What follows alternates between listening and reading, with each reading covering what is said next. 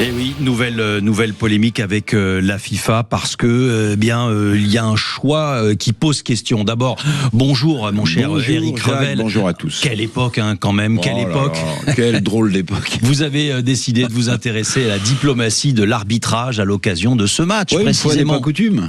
Ouais. Par les sports. Alors, succès footballistique, les supporters mettent la folie dans les stades, ça, mais cette Coupe du Monde de football se déplace aussi, donc, précisément sur le terrain de l'arbitrage.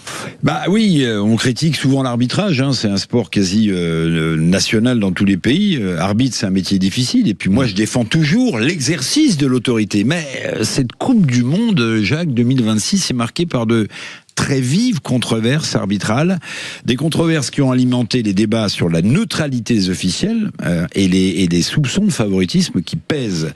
Alors, 2 matchs en particulier, évidemment, ont cristallisé ces tensions. D'abord, le 8e de finale, vous en souvenez, entre l'Égypte et l'Argentine, et puis le quart de finale entre la France et le Maroc, on en parle depuis ce matin sur Sud Radio, qui se déroule donc ce soir, ce match crucial pour les Français à Boston. Alors, après leur élimination, l'équipe de football égyptienne a violemment critiqué précisément l'arbitre français du match face à l'Argentine. Et oui, face à l'Argentine, c'est la victoire de l'Argentine 3-2, vous vous souvenez, l'Égypte emmenée par Mohamed Salah a longtemps dominé, mène 2-0, puis il y a une remontada spectaculaire de l'Argentine, avec des buts de Romero, de Messi et de Fernandez. Cependant, cette victoire a été éclipsé par une énorme polémique arbitrale. L'arbitre français, François Le Texier, il faut le citer, et son équipe d'assistants français sont au cœur des critiques. Pourquoi ? Parce qu'il y a eu un but égyptien refusé par la VAR, vous en souvenez, considéré, j'écoute des spécialistes, comme valable, pour beaucoup.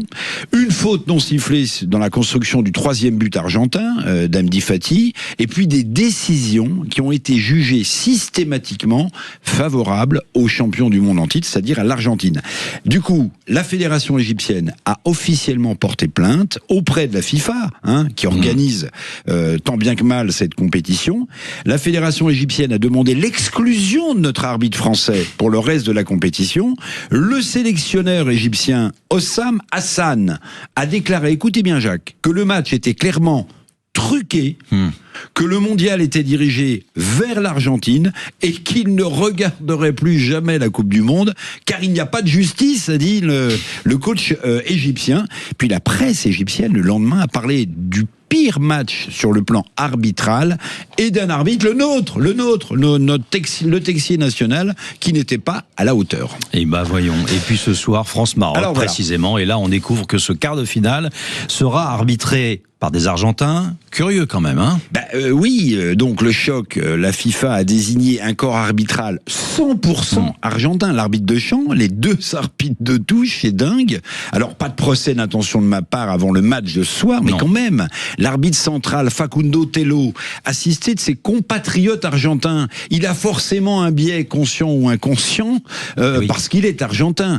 Et puis, avoir un trio arbitral pour un tel match, c'est une première dans le tournoi, une équipe complètement de même nationalité pour un corps arbitral.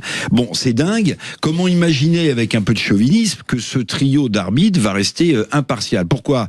Parce que vous vous souvenez de la fameuse rivalité en finale de la Coupe du Monde de 2022 entre la France et justement l'Argentine. Donc il y a des soupçons de conflit d'intérêts qui pèsent, surtout si l'Argentine potentiellement peut se retrouver face à la France en finale. Et puis il y a les critiques virulentes sur les réseaux, je ne sais pas si vous avez vu, dans les médias français qui pleuvent comme à Gravelotte face à ces arbitres 100% argentins. La FIFA, organisateur, n'a pas honte, décidément, parce qu'après l'annulation du carton rouge d'un joueur américain sur demande de Trump, je vais vous le dire comme je le pense, la FIFA flirte avec la provocation d'un trio d'arbitres argentins. Cette Coupe du Monde, sur le plan sportif, elle est magnifique, mais sur le reste, elle file un mauvais coton. Mais quand même, pour ce soir, allez les Bleus. Drôle d'époque avec Éric Revel, chronique que vous retrouvez évidemment en podcast sur le site sudradio.fr et sur la chaîne YouTube. Éric, attendez, vous restez un petit prono pour ce soir, France-Maroc. Je suis inquiet quand même. C'est vrai ? Ouais, je suis inquiet. Et figurez-vous que j'ai fait poser la question, et je le dis à tous ceux qui nous écoutent, et si le Maroc pouvait éliminer la France ? C'est le sondage du jour, vous pouvez voter sur X et sur YouTube. Manu, qui est un grand spécialiste et qui est dans les tontons du foot, qui est sur Sud Radio. Qui est celui que vous vous écoutez et à qui on parle lorsque l'on appelle le 0826 300 300. Et qui me dit, les Marocains, ils vont jouer. Ils vont jouer parce que c'est leur jeu. Et là, en fait, ça peut permettre en réalité à la France de développer son propre jeu d'attaque.